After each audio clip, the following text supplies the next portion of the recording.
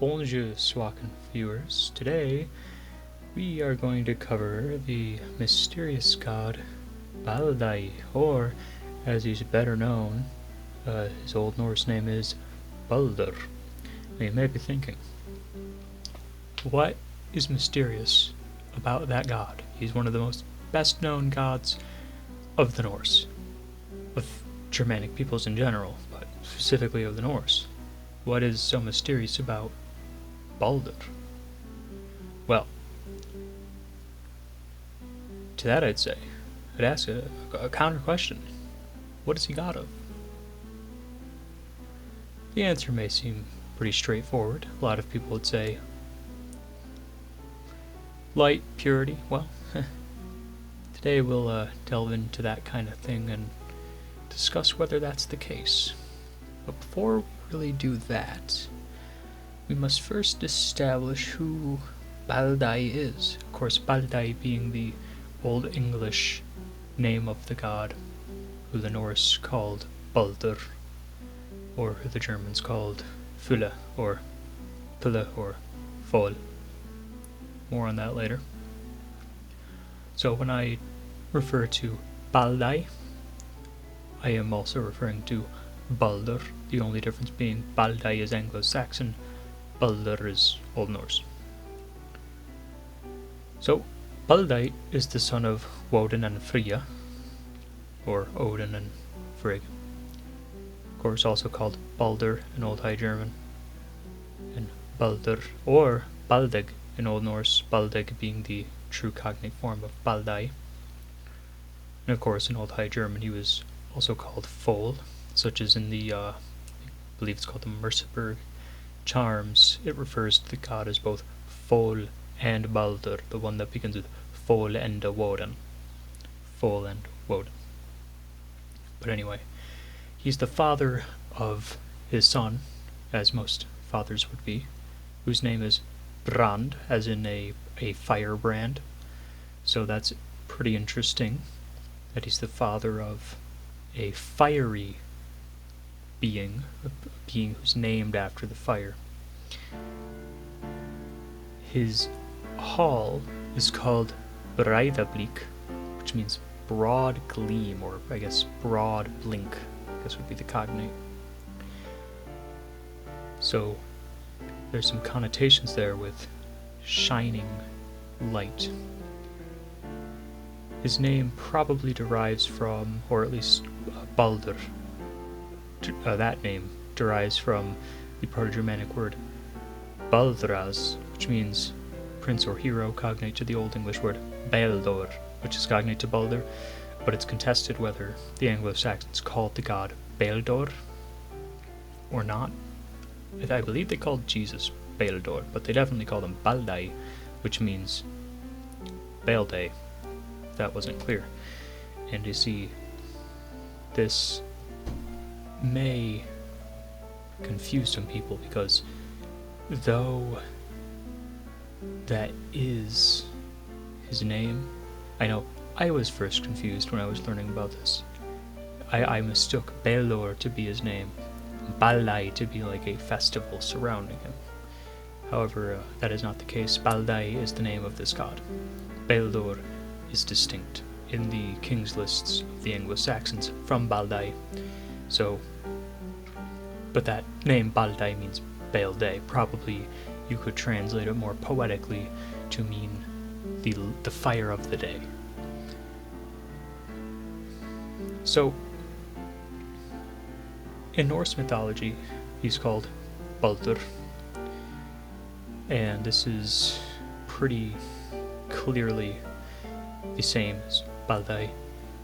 I believe it was Snorri Sturluson, but don't quote me on that. But it was a Norse writer who would call him Baldæg and Baldr interchangeably, which Baldæg being the cognate name of Bældæg. Fol was mentioned in the Merseburg charms, and Jacob Grimm wrote about a festival called Fullestag, which celebrated the god Fulle in Germany, Fulle being cognate most definitely to Fol. So to understand the god further, let's look at his most famous myth. the myth where he is killed by a mistletoe-tipped arrow. So, in the myth, the god Loki tricks the god Hodr, who is the blind brother of Baldr, into shooting Baldr. Now, whether Hodr was blind or not is actually debated between sources. I believe an Anglo-Saxon writer recounted a completely different story than this one, but we'll talk about that more after we discuss this one.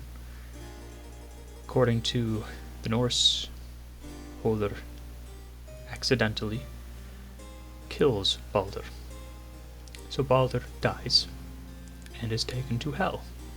And of course, nobody likes this because everyone loved Baldr. So they made a deal with Hel, the goddess, who said that she would release him and bring him back to life if everything in the world cried for him. However, it was a Jotun whose name was Thok, who is Loki in disguise. They don't cry, and so Baldr is kept in hell. As punishment, Loki is bound beneath the earth, which ultimately leads to Ragnarok. So now that we understand some of the myths and the name of the god, let's look at some of the interpretations that many people have about this god. The vast majority of people that I've spoken to personally and have seen people speak about on the internet will say that he is a god of light, and of course his hall is called Broad Gleam, so of course that connotation is definitely there. Many people also will claim that he is a god of joy, and this is usually pointed to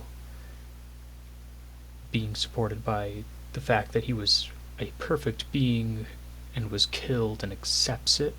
Personally, I think it's kind of faulty logic. I don't think that that really constitutes him being god of joy.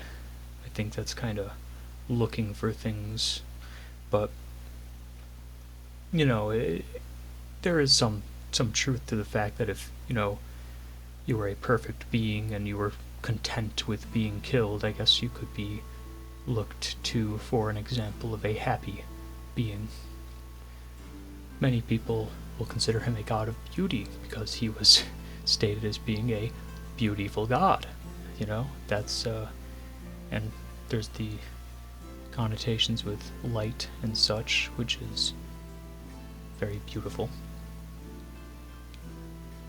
Some people call him a sun god because of this light beauty aspect and the fact that he was killed by darkness. Of course, Hodr and Loki are both very dark beings in the story, Loki being more of an acting force of darkness and Hodr having dark implications. He's blind, he, you know, a murderer. They're both dark beings with dark connotations in the story, and they kill Baldr, who is very associated with light. And so, you know, the sun setting and then rising again is something that a lot of people think of when they think of Baldr, which leads some people to equate Baldr to Apollo.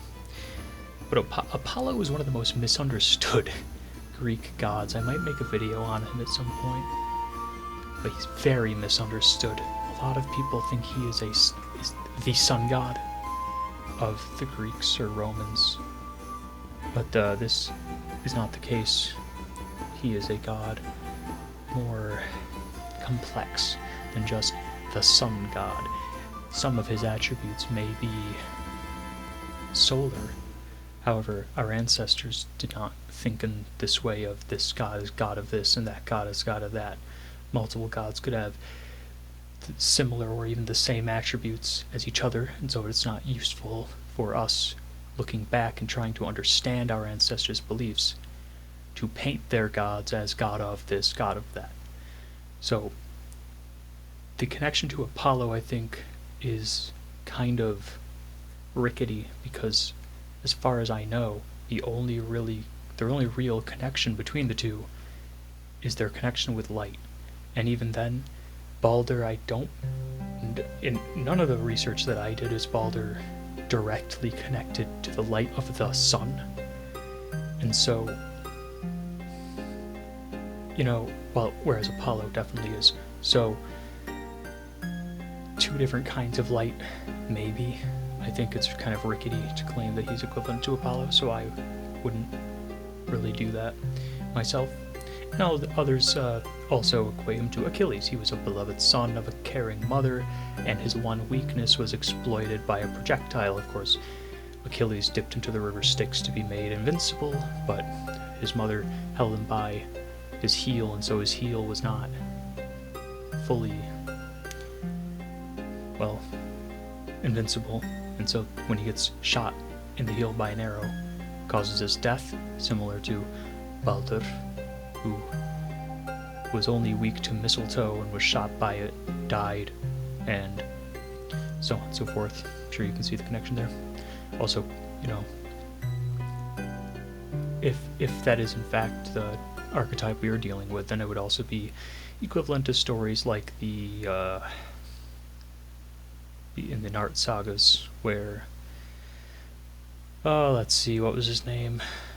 There was Lady Satanaya who was bathing by a river, got impregnated, gave birth to a child that was made of steel. He was quenched by the smithing god, but by his heel, so his heel was weak. So on and so forth. Now, my interpretations of this god is that he's a fire god. So, of course, not necessarily a solar light god, but perhaps a light god insofar as relating to fire. Because he is bright and beautiful, like fire is. He was killed by chaotic forces, such as Loki and Hodr, who were blind and dark. So, a lot of this, much the same reasoning as people interpret him as a sun god, except for there's nothing about that really screams solar to me. Instead, it seems to me to be more like a flame that was extinguished and the darkness pervaded. Of course, you have, after Baldr dies, due to the blind god and the chaotic god, blindness and chaos being very dark things associated with literal darkness as well. When it's dark, you can't see where you're going. It's very chaotic. You can't see what's coming. Same for when you are blind. In fact, when it is dark, you are pretty much blind. And so it seems to be more like a fire thing to me. And of course, his name is also cognate to the